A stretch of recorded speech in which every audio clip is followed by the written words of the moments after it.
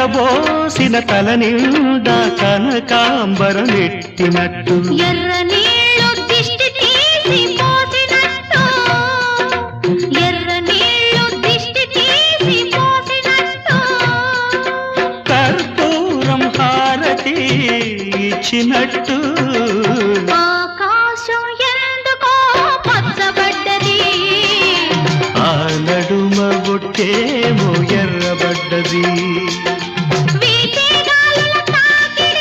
సాగే గువ్వల అలజడి రమ్మని పిలిచే పైబడి